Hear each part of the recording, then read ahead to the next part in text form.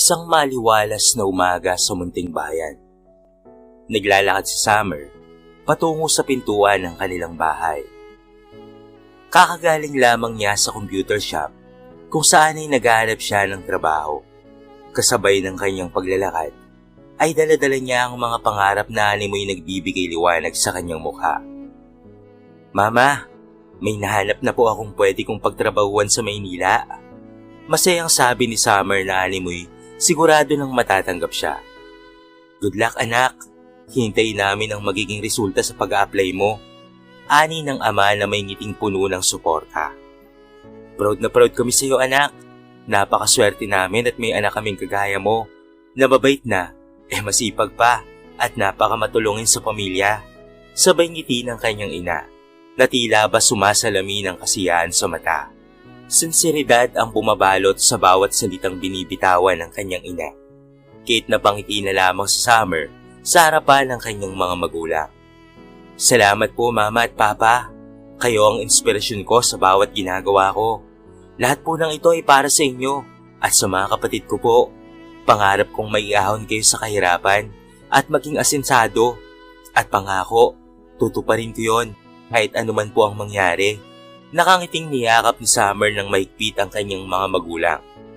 Mahal na mahal ko kayo at gagawin ko ang lahat para sa inyo. Mag-iingat ka sa Maynila anak ha. Paalala ng ina habang umiiyak. Tumulo naman ang luha ng kanyang ama. Hindi mo naman sana kailangang magtungo papuntang Maynila para lamang magtrabaho anak. Pero naiintindihan ko na may magandang oportunidad kang makukuha roon. Mag-iingat ka anak ha. Opo papa, mag-iingat po ako. Kayo rin po ha. Mag-ingat po kayo rito. Sagot naman ni Summer na may halong lungkot sa mga mata. Nang dumating na ang araw ng kanyang pag-alis, handa nang humarap si Summer sa hamon ng buhay sa lungsod. Sa loob ng tricycle na siyang maghahatid sa kanyang terminal, hiniling ng kanyang ama. Tawagan mo kami kapag nakarating ka na sa Maynila anak ha. Huling sigaw na nagbigay pahabol paalala mula sa ina. Mag-iingat ka Summer. Sa kanyang paglalakbay, hindi napigilan ni Summer ang maluwa. Subalit kinakailangang maging matapang upang tuparin ang pangarap na itinuturing na tagumpay ng buong pamilya. Ilang oras ang lumipas at pagkatapos ng mahabang biyahe ay dumating na sa Summer sa Maynila. Ang buhay sa malaking syudad ay tila ba nag-iba ng ikot ng oras at nilamon siya ng kakaibang karanasan. Nang makarating na siya sa dormitoryo na tutuluyan niya habang nagtatrabaho, napansin niyang may bagong mundo na nagbukas sa harapan niya. Sa kanyang munting kwarto, napahinga si Summer at bumuo ng desisyon na maging matapang sa gitna ng mga pagsubok. Hindi ko man kasama ang pamilya ko dito. Ito ay para sa kanila. Kailangang maging matapang para sa kanilang kinabukasan. Aniya sa sarili. Maya-maya pa ay muntikan na niyang makalimutan na tawagan ng kanyang mga magulang nang makarating na siya sa Maynila. Kaya agad-agad niya itong kinontak. Hello? Mama, nandito na po ako sa Maynila.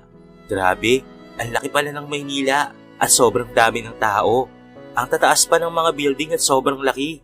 Masayang pagkikwento ni Summer kaya't natawa na lamang ang kanyang ina dahil sa sobrang saya. Masaya kung kahit papaano ay nag-i-enjoy ka dyan anak. Basta't mag-iingat ka lamang palagi dyan ha.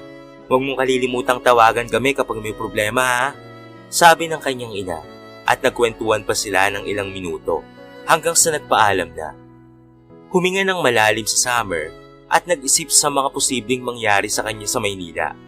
Ngunit isa lamang ang sigurado siyang mangyayari, ang pagtupad ng kanyang mga pangarap at maiahon ng kanyang pamilya sa kahirapan.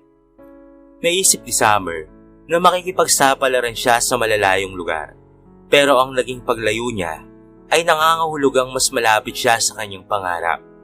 Kinabukasan nang bumangon na si Summer, puno pa rin ng determinasyon ang kanyang puso. Malayo man ang narating na kanyang tahanan, alam niyang ang pagiging mabait, masipag at matulungin ay magiging susi sa pagtatagumpay sa kanyang bagong paglalakbay. Habang naghihintay si Summer sa labi ng kumpanyang kanyang inaplayan, hindi niya napigilan ang kabog ng kanyang puso. Sa kanyang paligid ay nakakakita siya ng mga profesional na nagmamadali sa kanilang mga gawain. Ngunit bagamat kinakabahan, nanatili ang ngiti sa kanyang mukha. Hindi alintanang nararamdaman ka ba? Hi, mag-a-apply ka ba rito, miss? Tanong ng dalagang receptionist nang mapansin na parang naliligaw ang dalaga. Oo, pero nalilito kasi ako. Saan ba dito ang office na pwede kong puntahan? Tanong ni Summer. Nasa 3rd floor ang interview room ngayon. Pwede kang pumunta doon. And by the way, ano nga palang pangalan mo? Summer po. Ngiting sagot ng dalaga. Good luck, Summer. Masiglang bati ng receptionist ng kumpanya. Maraming salamat po. Sabay ngiti ni Summer na nagtungo kaagad sa opisina ng HR. Sa loob ng interview room, nagpakilala siya ng may pag-asa at determinasyon. Magandang araw po. Ako nga po pala si Summer at sobrang saya ko po na narito po ako ngayon at mag-a-apply bilang sekretary ng iyong kumpanya. Napansin niya ang mga mata ng isang hindi katandaang babae na may pangalang Ma'am Agnes. Unti-unting nagpakita ito ng ngiti. Maganda ang iyong credentials at mukhang pasok ka sa criteria ng kumpanya, Summer. Pero kailangan pa namin ng ilang katanungan para maging kumpleto ang evaluation. Tumango naman si Summer at ito ay ngumiti. Handa po akong sumagot sa kahit na ano pong katanungan niyo, ma'am. May boyfriend ka na ba, ha? Asawa? Anak o pamilya? Sunod-sunod na tanong ng babaeng hindi katandaan. Medyo nagtaka naman si Summer, ngunit sunod-sunod niya itong inilingan. Bilang sagot na single siya at wala siyang nobyo. Matimtimang sumagot si Summer sa mga tanong na inilahad sa kanya. Ipinakita niya ang kanyang kasanayan, edukasyon at ang kahandaang magtrabaho ng maayos sa anumang kahilingan ng kumpanya. Nice! Pasok ka na bilang asawa ni El Suarez. Masayang sabi ni Ma'am Agnes na ikinagulat naman ang dalaga. Ano pong sabi niyo, ma'am? Hindi ko po kayo maintindihan. Tanong kaagad ni Summer. Naghahanap kasi kami ng dalaga na pwedeng magpanggap na anak ko at may kasal kay El Suarez at mukhang bagay na bagay sa'yo at ikaw ang napili namin. Paliwanag ni Ma'am Agnes. Pero nandito po ako upang maging sekretarya at hindi para maging asawa. Nag-aalalang sabi ng dalaga. Sorry at nagulat kita, iha, ha? Ito ang papel. Subukan mong basahin at baka magbago pa ang isip mo. Agad na kinuha ni Summer ang papel at pinasa. Nabasa niya sa papel na kailangan niyang magpanggap bilang si Hilary de la Cruz hanggang sa mahanap ang totoong Hilary. Kailangan rin niyang maikasal kay El Suarez na isa sa pinakamayaman na negosyante sa Pilipinas. Alam kong mahirap ang magpanggap at hindi ito madaling trabaho pero huwag kang mag-alala dahil kapag tatanggapin mo ang offer namin ay bibigyan kita ng 5 milyon every month bilang sahod mo. Bibigyan din kita ng sarili mong kondo kung saan ay komportable kang maninirahan. Lumayas ang anak ko dahil ayaw niyang maikasal kay Yael.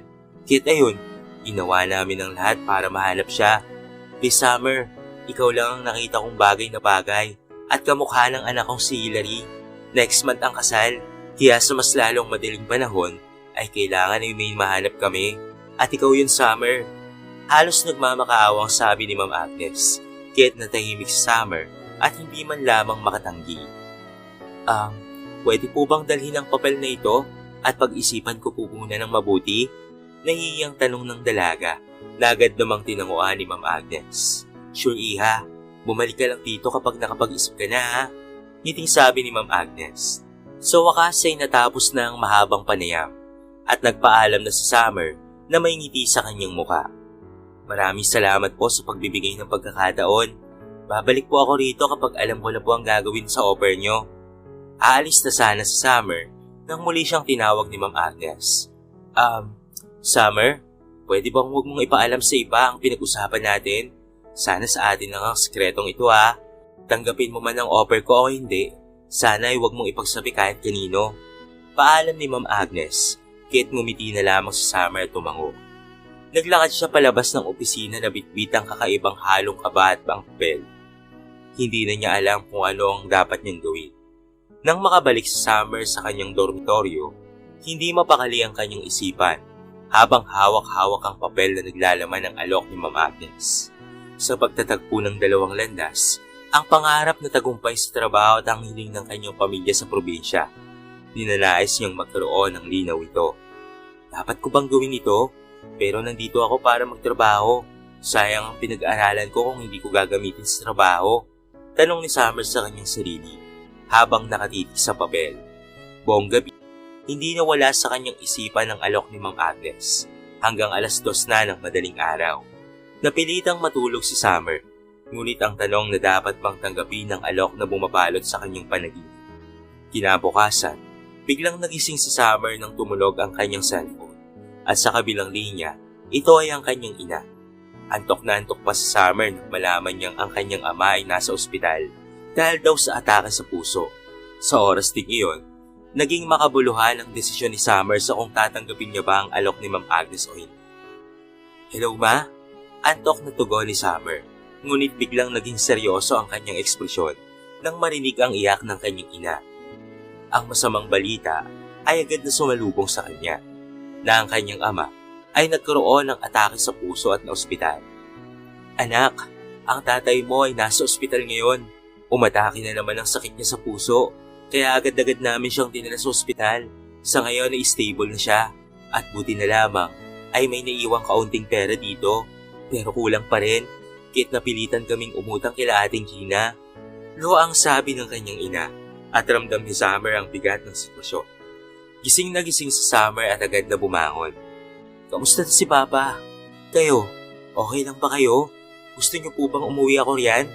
Tanong ni Summer na puno ng pangamba at pag-aalala. "Okay lang kami, anak.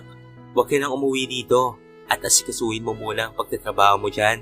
Pasensya ka na at pinag-alala ka namin," sabi ng kanyang ina. At kahit nasasaktan, ipinakita niyang malakas pa rin sila para kay Summer. "Padadalhan ko kayo ng pera kaagad kapag nagkapera na ako, Mama," pangako ni Summer na puno ng determinasyon at galang. Bilang pagtugon sa pangangailangan ng pamilya at sa pangarap niyang mabigyan sila ng magandang buhay, napilitang magdesisyon si Summer na tanggapin ang alok ni Ma'am Agnes. Sa opisina, nang makarap siya kay Ma'am Agnes, seryoso niyang sinabi, "Good morning po, Ma'am. Napag-isipan ko na pong tanggapin ang offer niyo. Pahig na po akong magpanggap bilang anak niyo at mapangasawa si El Suarez."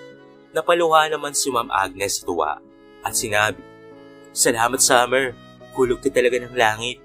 Bibigyan kita ngayon ng 5 milyon at kondo. Ako na rin ang bahala sa personal information at pati na rin ang mga papers para sa'yo." Nang matanggap ni Summer ang 5 milyon, ay kaagad siyang nagpadala ng pera sa kanyang pamilya. "Anak, saan galing ang ganito kalaking pera? 1 milyon. Napakalaking halaga nito at sobra-sobra pa." Gulat na tanong ng kanyang ina. Sa trabaho po, Ma." Nag-aalalang sagot ni Summer na hindi alam kung papaano sasagutin ang mga tanong ng kanyang ina. "Sige na po, Mama. Nasa gitna po kasi ako ng trabaho eh.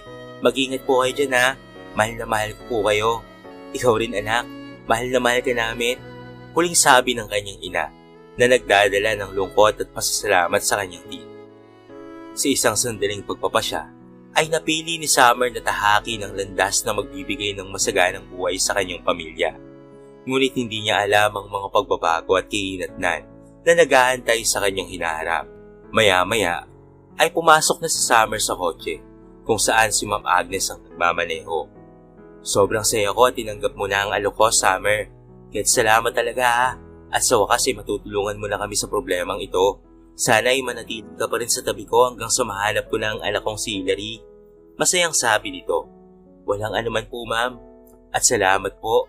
At isa rin po itong malaking tulong para sa pamilya ko." Tugon ni Summer. "Mami na lamang ang itawag mo sa akin. Total ay magpapanggap ka namang anak ko eh. Kahit magsimula ka ng magsanay na tawagin at tratuin akong ina." Ngiting sabi ni Ma'am Agnes na ngayon ay mami na ni Summer. Nagtungo sila sa bagong tutuluyan ni Summer, ang kondo na ibinigay ng mami niya. Nang makarating doon, ay napahanga si Summer nang makita ang kabuuan ng kondo na nasa harapan niya. "Sa'yo itong kondo, Summer. Medyo maliit ba ito para sa'yo? Pwede pa tayong pumili ng iba," sabi ni Ma'am Agnes, na agad na umiling at naiya si Summer. "Wag na po, Mami Agnes. Nakakahiya at sobrang laki na po nitong kondo. Parang 4 na pamilya na po ang pwedeng tumira rito sa sobrang laki," komento ni Summer, habang napapatawa naman si Mami Agnes niya. "Sigurado ka bang okay nito para sa'yo, Summer? At saka, nakalimutan mong Mami dapat ang itawag ko sa akin?" Natatawang sabi nito at nahiyang yumuko naman si Summer. "Ay, sorry po. Sasalayan ko na po ang sarili kong tawagin po kayong Mami. Ngiting sabi ni Summer. Sandali pa silang nag-usap hanggang sa kinakailangan ng umalis ni Mami Agnes para sa kanyang trabaho. Sobrang haba ng araw para kay Summer. Nalaman niya na ang kumpanyang ina-apply niya pala ay kay Mami Agnes niya at sobrang yaman rin pala nito. Ginawa ni Summer ang background check kay Hilary de la Cruz, ang totoong anak ni Mami Agnes, at napagtanto niyang magkamukha nga talaga sila. Dahil dito, nag-umpisa siyang mag-stalk sa social media ni Hilary. Nakakamanghang magkamukha nga kami. Medyo makinis at sosyal siyang pumorma, pero sa tingin ko, magiging magkamukha na talaga kami kapag susundin ko ang pangaporma niya at kung paano siya manamit. No wonder na ako talaga ang pinili ni Mami Agnes. Pagsasalita ni Summer sa kanyang sarili. Nakita rin niya ang isang picture ni Hilary na may kasamang lalaki na mestizo, pogi at mukhang mayaman, at ito ay si Yael Suarez. Nakikita lamang ito ni Summer sa TV at pati na rin sa billboard. Napakasikat nito dahil sa yaman, talino at kagwapuhang taglay nito. Naalala pa nga niya noon na may crush siya dati sa binatang bilyonaryo.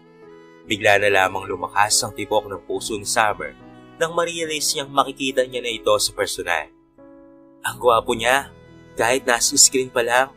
Paano na lang kaya kapag nakita ko na siya sa personal? Bulong na lamang ni Summer sa kanyang sarili. Maya-maya pa ay bigla na lamang may nag-doorbell. Kaya't kagad binuksan ni Summer ang pinto. Nakita niya ang 3 bodyguard ni Mami Agnes na may dalang mga paper bags to pang Shopee. Good evening, Ma'am Hilary.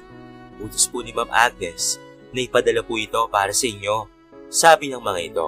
Thank you po. Pasalamat ni Summer habang inilalagay ang mga bags sa sala. Nakita niya pa ang mensahe galing kay Mami Agnes. Para sa iyo mga damit, shoes, at pati ang mga bags na yan, Summer. Yan ang style ni Hilary, kaya sana ay magustuhan mo rin. Mensahe nito. Mas lalong naiiya si Summer ng sobra dahil sa dami ng binigay ni Mami Agnes sa kanya. Para na talaga akong anak ni Ma'am Agnes ito, naisip na lamang ni Summer. Nagsimulang tignan ni Summer ang mga damit at nagulat na lamang siya na ang mga damit na pambahay na pinamili ni Mami Agnes ay parang panglakad na niya. Pinili niyang suotin ng silk night dress na pantulog at hindi na namalayang nakatulog na pala siya at nakapagpahinga. Kinabukasan ay nagising si Summer nang may narinig na parang nagdo-doorbell sa labas. Alam niyang mami niya ito, kaya't agad-agad siyang lumapit roon at inaantok na binuksan ang pinto. Nang mabuksan ang pintuan, ay nanlaki na lamang ang mga mata ni Summer nang makita ang pamilyar na binata. You didn't reply to my text since Monday, kaya't nagpunta na ako rito. Ganyan mo ba talaga ako kahit Hilary? Tanong ng binata, kaya't hindi ka agad nakapagsalita sa Summer. Hindi pa siya handa sa pagpapanggap niya bilang si Hilary at hindi inaasahan ang pagdating ni Yael. Yael? Bakit ka nandito? Nauutal na tanong ni Summer. Hilary, hindi mo ba narinig ang sinabi ko kanina? O sadyang nagbibingi-bingingan ka lang? Walang ganang sabi ni Yael. Kit na palunok na lamang sa takot si Summer. Maya-maya ay napansin niyang lumipat ang paningin ni Yael sa damit niya. Ngayon lang niya napansin na wala siyang suot na bra. Kaya dali-dali niyang niyakap ang kanyang sarili upang matakpan ang kanyang bibig. Napatikhim na lamang ang binata at umiwas ng tingin. Dress up, may pupuntahan tayo. Utos ni Yael. Where are we going? Takang tanong naman ni Summer, kaya't kumunot ang doon ni Yael. You forgot? Ngayon tayo pupunta sa designer ng wedding dress mo. Seryosong sabi ni Yael, kaya't napanganga na lamang sa Summer. Agad na nagtungo sa Summer sa kwarto at nag-contact sa Mami Agnes niya. Hello Summer, nakalimutan kong sabihin sa'yo na ngayon pala ang meet up niyo ni Yael. Dahil doon sa wedding dress design mo. I'm sorry, nakalimutan ko ha. Okay lang po, Mami. Nandito po si Yael ngayon. Kinakabahan po ako sa biglaan niyang pagdating. Sumbong ni Summer. Okay lang yan, anak. Huwag ka lang mataranta. At kumalma ka lang. Just be yourself. You don't have to pretend too much. Mabait rin naman niyang si Yael. Kahit huwag kang mag-alala. Tawagan mo ako ulit kapag may problema, ha?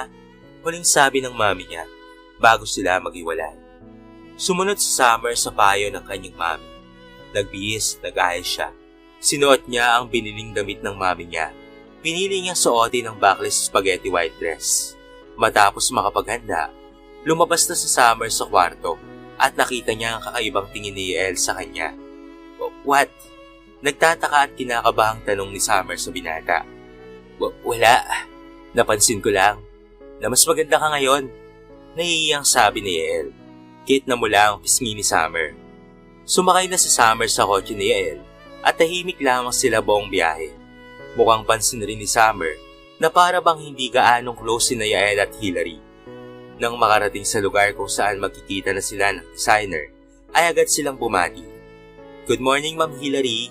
Wow, mas lalo po kayong gumanda, Ma'am ha. Para po kayong artista sa Hollywood. Bati ng designer na agad na nagpangiti kay Summer at nahiya.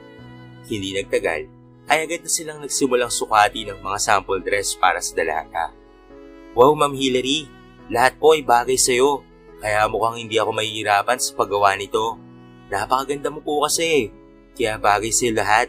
Komento ng designer. Maganda talaga ang magiging asawa ko. Walang emosyong sabi ni Yael. Kaya sabay silang napalingon dito.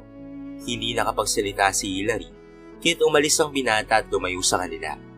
Halatang in love si Sir Yael, ma'am. Kinikilig na sabi ng designer. Pero hindi ako si Hillary. At ako sa Summer. Alam pong si Hillary ang gusto ni Yael. Sabi ng dalaga sa kanyang isipan. At ngumiti na lamang ang designer. Nang matapos sila sa pagsusukat, nagtungo pa sila sa mall para sa singsing. Kahit papaano, ay nag-enjoy sa Summer sa lakad nila ng binata. Naalala niya ang sabi ng kanyang mami na kailangan lang niyang maging natural, kaya naman hindi na siya masyadong nagpanggap pa. Ang ganda ng mga napili natin para sa kasal natin. Excited na sabi ni Summer, kahit kunot noon na lumapit sa kanya ang binata. Kasalukuyan na silang nasa kondo ng dalaga matapos ang kanilang lakad. Pansin ko parang nag-iba ka, Hillary. At saka, please, huwag kang mag-pretend na masaya kasi alam kong labag sa iyong kalooban ang ikasal sa akin. Remember we had a deal? We're just doing this for the sake of our both companies at hindi natin mahal ang isa't isa. Kid, stop pretending kasi nakakasuka. Huling sabi ni Yael at umalis. Kahit alam ni Summer na hindi niya totoong fiancé si Yael at lahat ay pagpapanggap lamang, hindi maiwasang umiyak at masaktan ni Summer sa sinabi nito sa kanya. Isang araw, biglang tumawag ang mami ni Summer. Anak, I'm sorry kung biglaan to but right now, we will meet the parents of Yael today. Kaya get ready ha, I'll pick you up. Mensahe nito. Dahilan kahit mas lalong bumilis ang pagtibok ng puso ni Summer. Hindi pa siya handa para makaharap ang pamilya ng binata. Walang nagawa ang dalaga kung hindi ang maghanda at magayos. Wow, you look so beautiful, my daughter. Masayang bati ng mami niya matapos itong makarating sa kondo para sunduin siya. Bagay po ba sa akin, mami? Nahihiyang tanong ni Summer na agad na tinanguan ng kanyang mami. You look perfect. Ngiting tugon nito at umalis na sila patungo sa mamahaling restaurant kung saan ay magkikita ang dalawang pamilya. Nang makarating, agad na bumati si Summer sa pamilya ni Yael. Nakahawak si Yael sa kanyang kamay at inalalayan pa siya nitong tumabi sa kanya. Pareho kayong mukhang perpekto. Tama ba ako, honey? Sabi ng mami ni Yael na agad na tinanguan ng daddy ni Yael. Warik pasagahan natin ang pagpapakasal niyong dalawa. Well, we will make it next week since ready na ang lahat at araw na lamang ang hinihintay. Sabi ng ina ng binata, kahit lumaki ang mga mata ni Summer. Oo nga, wag na natin itong patagalin pa. Sang-ayon ng ama ni Yael. Kaya ngumiti si Mami Agnes at ito ay tumango. May iba pa silang pinag-usapan na hindi na masyadong naiintindihan ni Summer. Dahil bakas pa rin ang gulat matapos niyang marinig na magaganap ang kasal next week. Halos buong linggo ay hindi makapag-isip ng mabuti si Summer hanggang sa dumating na ang araw ng kanilang kasal. You may now kiss the bride. Anunsyo ng pari at nataranta naman si Summer at inakala na halikan na siya ng binata nang walang kaemo-emosyon sa harapan niya. Pero seryoso lamang itong tumingin sa kanyang mga mata at halatang hindi nagugustuhan ang mga nangyayari. Maya-maya ay maraan at mabilis siyang hinalikan ni Yael sa gilid ng kanyang labi at nagsipalakpakan ng mga bisita. Naging mabilis ang mga araw at ngayon ay nasa iisang bubong na sina Summer at Yael. Since ikaw lang nasa bahay ko, wala kang dapat na galawin and no need to pretend as if you are my wife. Okay lang, Hillary, dahil naiintindihan ko na hindi mo ako gusto. Walang emosyon na sabi ni Yael. Pero mag-asawa na tayo. I should treat you as my husband. Gusto ko rin alagaan ka as your wife. Iting sabi ni Summer na ikinakulot naman ang noo ni Yael. Di ba ayaw mo akong makita? Makausap o makasama? Bakit ngayon ay nag-iba ka na? Parang hindi ikaw ang Hillary na kilala kong maldita, maarte at suplada. Kunot na ang talong ng binata. Halatang nagdududa na sa dalaga. Napalunok na lamang sa Summer dahil doon. Kasi, people change. Wala ka nang pakialam kung anong gusto kong mangyari sa buhay ko. Ito ako, at ako ang masusunod. Taas na ang sagot ni Summer, at ito ay ngumiti. Napailing na lamang ang binata, at pumasok na sa kwarto. Kahit nakatira sila sa isang bubong, ay hindi sila magkasama sa isang kwarto. Hay, boy version pala ni Hillary si Yael sa kasupladuhan at pagiging cold. Napabuntong hininga na lamang ang dalaga. Gumising ng maaga sa Summer para magluto at maghanda para kay Yael. 6:00 ng umaga, aalis na para magtrabaho si Yael. Kaya't 4:00 pa lamang ay bumangon na sa Summer upang paghandaan ang agahan. Magugustuhan niya kaya ito? Bulong ni Summer sa sarili habang tinitignan ng bacon, egg at pati na rin ham na inihanda niya. Ilang minuto pa ay lumabas na si Yael sa kwarto na antok pa at dumiretso sa banyo. Maya-maya ay lumabas na ito. Nakatapos lamang ito at kakatapos lamang maligo. Naghintay na lamang si Summer na matapos ang asawa sa pagbibihis hanggang sa lumabas na nga ito sa kwarto habang ito ay nakabihis na. Yael, nagluto ako ng breakfast. Kumain ka na muna, sabi ni Summer. Kahit napatingin si Yael sa lamesa at pati na rin sa kanya. I told you, you don't have to do this. Ayaw kong kumain, kahit itapon mo na lamang yan. Sabi ni Yael at diretso na sa pag-alis. Iniwan si Summer na malungkot at mag-isa. Kahit ipagtabuyan mo pa ako, Yael, hindi ako lalayo sa'yo. Gagawin ko ang lahat hanggang sa makabalik si Hillary at magkaayos kayo. Sabi ni Summer. Mag-isa siyang nag-agahan at pinili na lamang niyang maglinis ng bahay. 8:00 na ng gabi nang umuwi si Yael. Agad siyang nilapitan ni Summer. You're home. Tara na sa kusina. I'll cook something for our dinner. Bungad ni Summer. Tapos na akong kumain. Matutulog na ako. Diretsong tugon ni Yael at naglakad na paakyat sa kwarto. Kahit hindi pinansin sa Summer ni Yael, hindi ito naging hadlang upang hindi alagaan ni Summer si Yael bilang asawa. Isang umaga, maaga na namang gumising si Summer upang paglutuan ng asawa. Good morning! Kain muna tayo! Bati niya rito. Ngunit bigla itong lumapit sa kanya at marahas na hinawakan ng braso niya. Bakit ba hindi ka makaintindi, Hillary? Sabi ko hindi ba? Huwag mo akong pagsilbihan. Kahit kailan, hindi ko kakainin ang mga luto mo. Malakas na sigaw ni Yael, kahit nagulat si Summer at hindi napigilang maiyak sa harapan ng binata. Gusto ko lang naman gawin ang mga gawain bilang asawa mo. Akala mo ba madali ito para sa akin?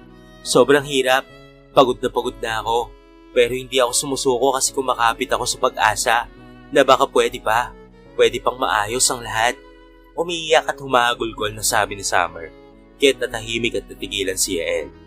Hindi na napigilan si Summer ang tumakbo papasok sa kwarto at doon na mas lalong umiyak. Ilang oras siyang nanatili roon at wala na siyang alam kung anong oras lumabas sa bahay si Yael. Lumabas si Summer ng kwarto nang makaramdam ng gutom. Wala nang tao sa bahay at mag-isa na lamang siya. Ako na lamang ang kakain sa niluto ko kanina. As expected, hindi na naman nung kinain ang inihanda kong pagkain para sa kanya. Pagsasalita ni Summer habang pababa na siya papuntang kusina. Nang makarating sa kusina, ay agad niyang hinanap ang ulam na niluto niya kanina. Ngunit nagulat na lamang si Summer nang makitang wala ng pagkain sa mesa. Ibig sabihin, ay kinain ni Yael ang niluto niya. Dahil sa naisip ni Summer, hindi niya napigilang mapangiti sa tuwa. Kahit papaano ay nag-improve ng kaunti dahil kinain na niya ang niluto ko para sa kanya. Masayang sabi ni Summer at nagsimula ng magluto para sa kanya. Naglilinis ng bahay si Summer nang biglang may tumawag sa telepono. Kaya't agad niya itong sinagot. Hello anak? Tawag ng mama niya sa probinsya. Oh mama, napatawag po kayo? Tugon niya. Wala lang anak. Gusto ko lang namin kamustahin. Kamusta ka na dyan anak? Masaya ba dyan? Okay ka lang ba dyan sa trabaho mo? Tanong ng ina na nakapagpangiti naman sa dalaga. Okay lang po ako dito, ma. Medyo mahirap-hirap lang rin po ang trabaho ko. Pero kakayanin ko ito para sa inyo. Sagot ni Summer. Mabuti naman kung ganun, anak. Pero hinay-hinay lang, ha. Okay lang kung gawin mo ang lahat para sa trabaho mo. Basta't alam mo lang na nakakabuti at wala kang sinasaktan na ibang tao. Okay lang sa akin yon, sabi ng ina. Kit na payuko na lamang sa Summer at naiyak na naman. Bago nagsalita, ay huminga muna siya ng malalim upang hindi mapansin ang kanyang pag-iyak. Mahal na mahal kita, ma. Mag-ingat po kayo dyan, ha, sabi ni Summer at agad ring tinunguan ng kanyang ina at namatay na ang tawag. Dahil sa pagod sa paglinis, ay hindi napansin ni Summer na nakatulog na pala siya sa sofa. Maaga rin siyang nagising kanina, kaya ganoon na lamang ang antok niya. Ilang oras pa ay nagising na lamang sa Summer nang maramdaman niyang may gumising sa kanya. Hillary, wake up! May hinahong boses ni Yael. Kit antok na bumangon at gumising sa Summer. Nagluto ako para sa dinner natin. Halika sa kusina. Kumain muna tayo. Mukhang hindi ka pa nagdi-dinner eh. Sabi ni Yael na ikinagulat naman ni Summer. Inalalayan siya nitong tumayo at nagtungo sa kusina kung saan ay maraming putahe ang nakapatong sa mesa. May steak, vegetable salad, at soup, at iba pa. Sino may birthday? Bakit parang ganado kang magluto ngayon? Nahihiyang tanong ni Summer kahit huminga ng malalim ang kanyang asawa. Peace offering. Sigawan at nasaktan kita kanina. Kaya this is my way to say I'm sorry, Hillary. Sana ay mapatawad mo ako. I'm just scared na madalo ulit ako at umibig sa mga ginagawa mo. Knowing na hindi mo naman talaga ako gusto. Ayokong maiwanan na naman sa ere dahil iiwan mo na naman ako. Malungkot at nakayukong sabi ni El. Kahit malungkot nang umiti sa Summer at marahang hinawakan ng dalawang pisngi ni El upang humarap sa kanya. Please believe me. Believe what? I'm not acting right now. Dahil totoo ito. Gusto ko at desisyon ko ito. Kaya sana ikaw rin ay magpakatotoo ka. Nandito lamang ako at hindi na ulit kita iiwan. Sabi ni Summer na napangiti kay Yael. Masaya silang kumain at nakipag-usap sa isa't isa upang mas lalong magkakilala. Ano ang paborito mong pagkain, Yael? Para naman sa susunod kong pagluluto sa'yo, ay alam ko lang ang hahandain ko. Tanong ni Summer sa asawa. Gusto ko yung kare-kare. Sagot ni Yael. Kaya tumango na lamang at kumiti siya. Isang araw, gumising na naman ng maaga si Summer para magluto ng paboritong ulam na kare-kare ni Yael. Ilang minuto matapos makapagluto ni Summer, ay lumabas na ng kwarto si Yael. Good morning! Nakangiting bati ni Yael. Kit na pangiti na rin sa Summer at bumati. Ang bango naman. Anong niluluto mo? Tanong ni Yael habang tinitignan ang niluluto ni Summer. I'm cooking kare-kare. Para sa'yo, nakangiting tugon ni Summer. Nang maluto na ang pagkain, sabay na silang umupo sa mesa. Masayang nakatingin si Summer kay Yael na nakatingin lamang sa niluluto niyang kare-kare at hinihintay na kumain. Bakit? Ayaw mo bang kumain, Yael? Takang tanong ni Summer nang nakatingin lang si Yael sa kare-kare. Hindi mo ba ako susubuan? You said you wanted to act as my wife. Ngiting sabi ni Yael. Kahit na mula ang pisngi ni Summer at nahihiyang kinuha ang kutsara para subukan ng kanyang asawa. Masaya namang lumapit si Yael at tinanggap ang sinubo ni Summer. Nang kinain ni Yael ang sinubo ni Summer, ay natigilan ito. How is it? Masarap ba? Kinakabahang tanong ni Summer. Medyo maanghang siya.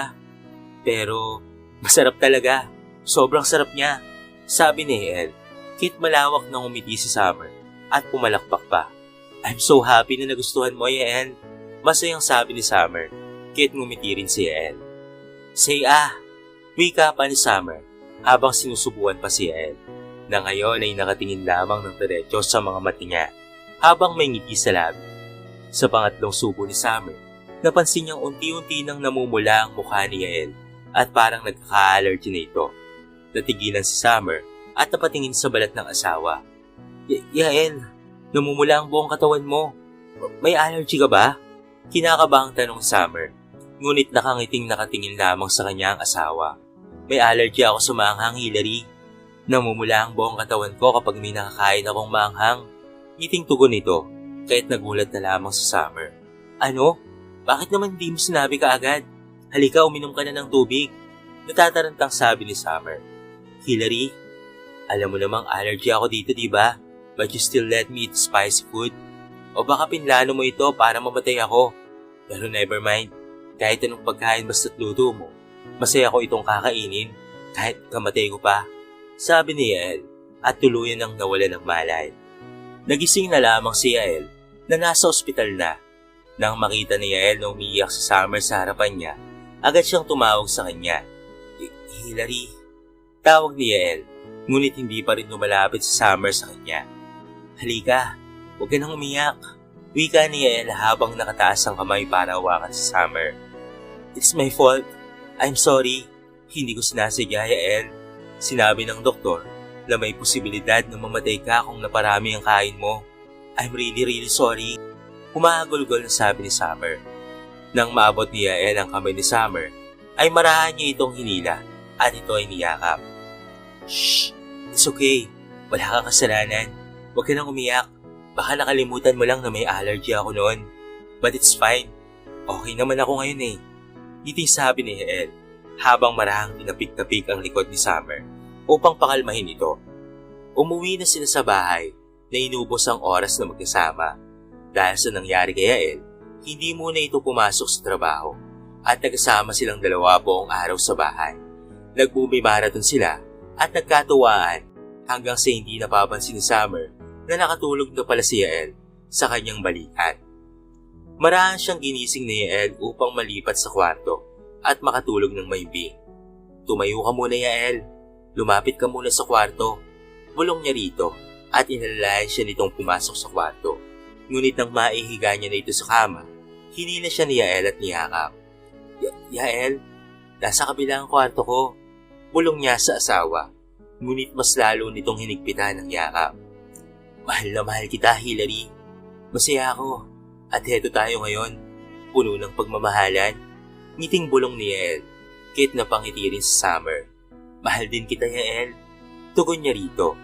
Hanggang sa hindi niya namamalayang, nakatulog na siya sa bisig ng asawa. Simula noon ay mas lalong gumanda ang relasyon nila. At natutuwa rin si Mami Agnes sa unti-unting pagganda ng kanilang samahan. Isang araw ay ginising siya ni Yael upang makapag-breakfast na. Nang makatungo na si Summer sa kusina, ay nagulat na lamang siya sa dami ng putahe sa mesa. Ano to? Bakit ang dami mong niluto? Natatawang tanong ni Summer. Nakalimutan mo na ba ang araw ngayon? Kunot noon ni Yael. Kit nataranta si Summer at napanunok. Ano bang meron? Kinakabang tanong ni Summer. Kit napanguso si Yael at ito ay nalungkot. Birthday ko ngayon, Hillary. Nako, nakalimutan mo talaga ang karawan ko. Tugon ni Yael na para bang nagtatampo. Napapikit na lamang si Summer at niyakap ang kanyang asawa. Sorry mahal, medyo makakalimutin na talaga ako. Naglalambing na sabi ni Summer, kahit ngumiti ang kanyang asawa. Magbihis ka na Yael, pupunta tayo sa Boracay. Doon tayo mag-celebrate. Nagulat naman si Summer sa sinabi ni Yael at nagsimula ng magbihis. Matapos makapaghanda, nagsimula na silang bumiyahe. Ilang oras na lamang at nakarating na sila. Hindi mawala sa labi ni Summer ang ngiti, lalo na ito ang first time niyang makarating sa Boracay. Wow, sobrang ganda dito Yael. Masayang sabi ni Summer habang patakbong papunta sa dagat. Nakasunod naman si Yael sa kanya na may ngiti sa labi. Napakagwapo talaga ng asawa ko, bulong ni Summer sa kanyang sarili. Ngunit narinig ito ni Yael, kahit namula na lamang ang pisngi ni Summer. Maganda ka rin asawa ko, napakaswerte ko at naging asawa kita. Mahal na mahal kita Hillary, sabi ni Yael at marahang inalika ng noo ni Summer. Masaya si Summer nang marinig niyang mahal siya ni Yael. Ngunit alam niya sa kanyang sarili na si Hillary ang mahal ni Yael at hindi siya. Kahit papaano, ay hindi niya mapigilang masaktan ng kahit na kaunti sa bawat alaala na ang lahat ay puro lamang papapanggap. Naging maganda ang sama nila sa Boracay, puno ng pagmamahalan at halos ayaw na ni Summer na bumalik at matapos ang araw na iyon ay kinailangan na nilang umuwi, lalo na at may trabaho pa si Yael sa Maynila. Kasalukuyan na silang nasa labas ng bahay at nagpapark ng kotse. Thank you for coming with me, my love. Giting sabi ni Yael at inalikan siya nito sa labi. Ngumiti si Summer at saka tumango. Unang lumabas sa kotse si Yael at pinagbuksan siya ng kotse. Sabay silang pumasok sa bahay na may ngiti sa labi. Yael! Sabay na lamang silang napalingon nang may marinig na boses mula sa isang babae. Halos hindi makagalaw si Summer sa kanyang kinatatayuan nang makita sa harapan nila ang nagtataka at nakakunot na totoong Hillary. Tatigilan na lamang si Yael na puno ng gulat. Yael? Tawag ni Summer kay Yael. Kahit napalingon si Yael sa kanya. Ikaw pala si Summer na binabanggit ni Mami kanina? Thank you for pretending bilang ako, sabi ni Hillary. Kahit napahiyang napalingon si Summer sa kanyang likuran. Summer ang pangalan mo? Pabulong na tanong ni Yael at tumango si Summer. Ngunit iniwasan pa rin ang mata ni Yael. Puro pagpapanggap lang ang lahat. Hindi ako si Hillary at lalong hindi ako ang asawa mo. Ginawa ko lang ito para sa inyo. Para kapag bumalik ang tunay na Hillary, ay magiging maayos na kayo. I'm sorry, Yael. Halos umiiyak na sabi ni Summer. Naiiyak na siya at hindi niya naririnig ang sinasabi ni Hillary. Wala siyang naririnig na kahit anong salita kay Yael. Mas lalong bumigat ang konsensya ni Summer. Gusto na sana niyang tumakbo palabas ng bahay, ngunit bigla siyang hinawakan ni Yael sa kamay. Wait, don't leave me. Pagmamakaawa ni Yael, kahit natigilan sa Summer at napapikit. Alam ko na ang lahat simula pa lamang nung unang pagkikita natin. Alam kong hindi ikaw si Hillary, but I still love you, Summer. Hindi ko lang sinasabi sa iyo kaagad kasi ayaw kong umalis o lumayo ka sa akin. Kaya please, don't leave me alone. Mahal na mahal kita. Napamahal na ako sa iyo bilang ikaw at hindi bilang Hillary. You promise me na hindi mo ako iiwanan, hindi ba? Pagmamakaawa ni Yael, kaya't naiyak na lamang sa Summer at nagulat sa narinig niyang pahayag ni Yael. Sa madaling salita, ay matagal nang alam ni Yael ang lahat ng pagpapanggap niya at sinabayan lamang siya nito. Summer, hindi lang rin dahil dyan kaya ka tinanggap ni Mami. Nalaman namin na ikaw ang nawawala kong kakambal. Kaya nung nag-apply ka sa kumpanya at nalaman namin na ikaw yon, walang pagdadalawang isip na tinanggap ka ni Mami. Sa paraan na yon, mapapalapit ka sa amin dahil doon. Hindi ka binigay sa amin ng mama mo sa probinsya, kahit anong pilit ni Mami. Kaya naman ginawa ni Mami ang lahat upang makabalik ka sa amin, sabi ni Hillary, habang binibigay kay Summer ang isang papel na nagpapatunay na 100% na magkapatid sila. Napaiyak na lamang si Summer sa lahat ng nalalaman niya ngayon. Hindi siya makapaniwala rito at napagtanto niya na kahit pa may nangyari na hindi maganda, mas lalong nagtagumpay ang pagpapanggap niya dahil naayos na rin ang relasyon ng pamilya nila. Umuwi si Summer sa probinsya at sinabi ang totoo sa kanyang ina. Nagkaroon sila ng pagtatalo at nagtampo si Summer sa kanyang ina sa pagtatago ng katotohanan. Ngunit sa uli ay naging maayos ang lahat. Inanunsyo rin ni Hillary na si Summer ang nawawalang kambal niya at mas lalong naging masaya ang samahan ng kanilang pamilya. Sa gitna ng revelasyon, hindi pa rin iniwan ni Summer ang pamilya niya sa probinsya. Lalo na at ito ang una niyang pamilya at ito ang dahilan kung bakit lumaki siyang mabuting tao. Naging mas maganda ang lahat at sila ay nagkaayos. Dahil dito ay napagtanto ni Summer na ang isang pamilya ay napaka-importante, lalo na't ang pagmamahal ng pamilya ay walang makakatumbas sa kahit ano pa man sa mundo. Ngunit may takot si Summer na baka sakaling magkahiwalay sila ni Yael, lalo na't nagsinungaling siya dito. Isang magandang araw ay nagising sina Summer at Yael sa kanilang masayang tahanan, handa na sa mga hamon sa araw-araw. Magkasama silang kumain ng almusal sa kanilang maluwag na kusina. Mahal, kagabi ba kita gustong makausap? Bakit mo iniisip na dapat tayong magkahiwalay? Alam ko may mga pagkakamali ako noon, pero nagbago na ako. Mahal na mahal kita at gusto ko tayong magsimula ng bagong kabanata ng ating buhay bilang tayo ay mag-asawa. Pahayag ni Yael habang hinahawakan ang kamay ni Summer. Naglakad si Summer papalayo, tila ay nag-iisip. Tumigil siya sa harapan ng kanilang family picture frame, kung saan makikita ang masayang ngiti ng buong pamilya. Napagtanto ko lang, Yael, kung gaano kahalaga ang pamilya. Hindi ko kayang iwanan ng pamilyang ito at alam kong mahalaga ka sa kanila. Alam ko rin na nagbago ka na at handa akong ibigay ang ikalawang pagkakataon, sagot ni Summer. Ngunit mas makikitang may pangamba sa kanyang mga mata. Napangiti si Yael at iniabot sa Summer. Salamat mahal. Promise, gagawin ko ang lahat para maging mabuting asawa at ama. Ito na ang huli nating pagkakataon na palampasin natin ang oras na tayo ay magkasama at nagkakasundo. Nagkaroon sila ng bonding time na puno ng kulitan at tawanan at pati na rin pagmamahalan. Nagtutulungan sila sa mga gawain sa bahay at palagi nilang iniisa-isa ang mga magagandang bagay na kanilang natututunan mula sa isa't isa. Mahal, iniisip ko lang kung paano kung magkaroon na tayo ng sariling pamilya. Sabi ni Summer habang iniuupo sa sopa. Nakatingin siya sa malayo. Talaga? Gusto mo bang maging mami na? Tanong ni Yael na puno ng excitement. Hindi pa siguro ngayon pero alam mo, kahit ganito lang tayo, napakasaya ko. Kung mangyari man, gusto ko lang na masigurado natin na handa na tayo at mas matibay pa ang pundasyon ng pamilya natin. Sagot ni Summer habang nakangiti. Habang binabaybay nila ang kanilang buhay magkasama, natutunan nila kung papaanong labanan ng pagsubok at maging mas malakas. Hanggang sa isang araw, inanyayaan ni Yael sa Summer na pumunta sa lugar kung saan sila unang nagtagpo. Mahal, dito tayo unang nagkakilala at nagsimula ang lahat. Sabi mo dati, gusto mo ng mas malaking mundo para sa ating dalawa.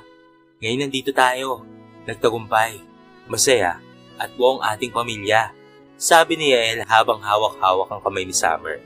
O Yael, tama ka. Hindi na tayo magkakahiwalay. Ngayong buo tayo, mas matibay, at handa sa kahit anong pagsubok. Handa na tayong harapin ang hinaharap kasama ang pamilyang ito. Sagot ni Summer na puno ng determinasyon. Isang masayang pamilya ang nabuo at sa bawat araw na lumilipas, lalong tumitibay ang kanilang samahan. Sinikap nilang labanan ang lahat ng pagsubok at sa pagtatagumpay na ito, natutunan nilang mahalin ang isa't isa ng higit pa. Habang naglalakad sa Summer sa baybayin, iniisip niya ang pagbabagong naganap sa kanyang buhay. Mahigit 1 taon na mula nang magsimula ng kabanata sa kanyang pagsasama kay Yael at napagtanto niyang marami siyang natutunan. Ang dami palang nagbago sa buhay ko at masasabi ko talagang mas naging masaya ako simula nang magkaroon ako ng sariling pamilya. Bulong ni Summer sa kanyang sarili. Sa pagtutok niya sa buhay na mas pinili niyang tahakin, napagtanto ni Summer ang kahalagahan ng pagmamahal at pagkakaroon ng malusog na pamilya. Sa mga simpleng bagay tulad ng magkakasama sa hapagkainan, mga masasayang kantahan habang naglilinis ng bahay, at mga matitinding pagmamahalan sa isa't isa. Unti-unti niyang nararamdaman ang kakaibang kasiyahan na dulot ng tunay ng pagsasama. Lumakas ang loob niya na tuklasin ang mga aspeto ng buhay na dati hindi niya alam. Nagsimula siyang magtrabaho para magkaroon ng sariling kontribusyon sa kanilang pamilya. Hindi lang pala sa romantic love ikot ang mundo. Mas malaki ang mundo ng pamilya. Ito ang nagbibigay saya at kahulugan sa bawat araw. Salamat sa pagtitiwala mo sa akin, Summer. Ikaw ang nagdala ng masayang pagbabago sa buhay ko. Pasasalamat ni Yael sa kanyang asawa na puno ng pagmamahal. Lumipas ang mga taon at habang tumatagal, ay lumalim ang pag-unawa ni Summer sa halaga ng pamilya. Mas lalong naging maligaya ang kanyang puso nang makitang lumalago ang kanilang negosyo at nagkakaroon ng magagandang alaala kasama ang kanilang anak. Hindi ko inaakala na maaaring maging ganito kasaya ang buhay. Ang pamilya ang nagbibigay ng kahulugan sa lahat ng ating mga pinagdaraanan.